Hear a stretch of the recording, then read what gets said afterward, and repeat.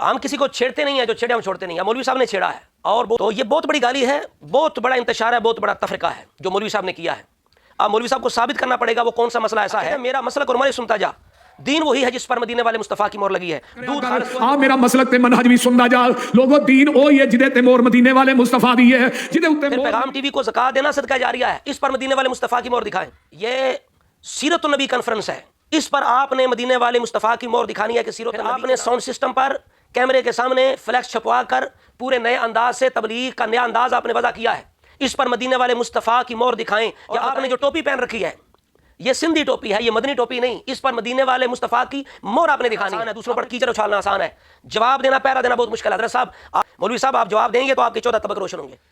یہ یوسف پسروری صاحب کی گفتگو سنیں، کس طرح یہ اپنی قوم کو بدھو بنا رہے ہیں اور اہل سنت کو پریشان کر رہے ہیں، اور جھوٹ پہ جھوٹ، مکر پہ مکر. مخالفت ایویں پیغمبر دی سنت دی مخالفت نہ کریا کر. آ میرا مسلک تے منہج بھی سندا جا لوگو، دین وہی ہے جدے تے مہر مدینے والے مصطفیٰ دی ہے. جدے اوتے مہر نبی دی نہیں او دین ہو سکدا جنہ مرضی اونچا عمل ہے نہیں. دودھ وہی خالص ہے جڑا مجھ دے تھنا چوں ڈائریکٹ نکلیا ہے، تے دین وہی خالص ہے جڑا محمد دی زبان نبوت چوں ڈائریکٹ نکلیا ہے. سبحان اللہ. خالص چھڈ کے نہ خالص دے مگر پھرنے اے کم نہیں بے شعوریاں دے.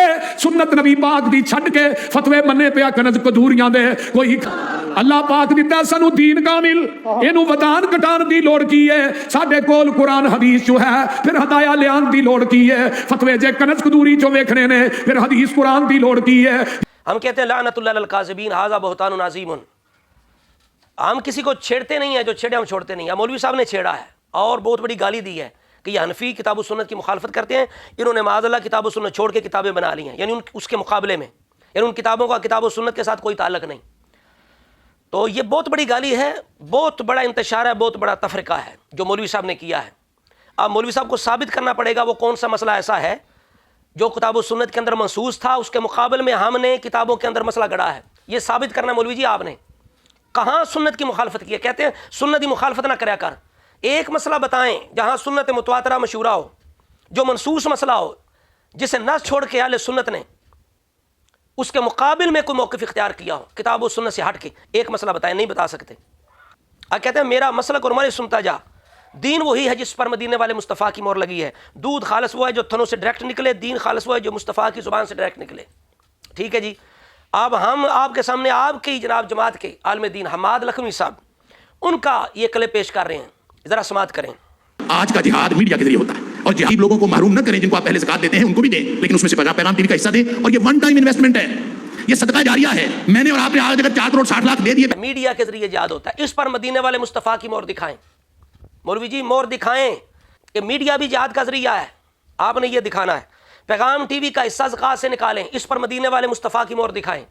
پھر پیغام ٹی وی کو زکات دینا صدقہ جاریہ ہے، اس پر مدینے والے مصطفیٰ کی مہر دکھائیں. لوگو، دین وہی ہے جدے تے مہر مدینے والے مصطفیٰ دی ہے. جدے اوتے مہر نبی دی نہیں او دین ہو سکدا جنہ مرضی اونچا عمل ہے. مجھ یعنی ٹی وی کو زکات دینا، جب اللہ رسول نے زکات کے احکام بتائے ہیں، حضور نے سمجھائے ہیں، تو کیا مصرف نہیں بتایا کہاں کہاں زکات دینی ہے؟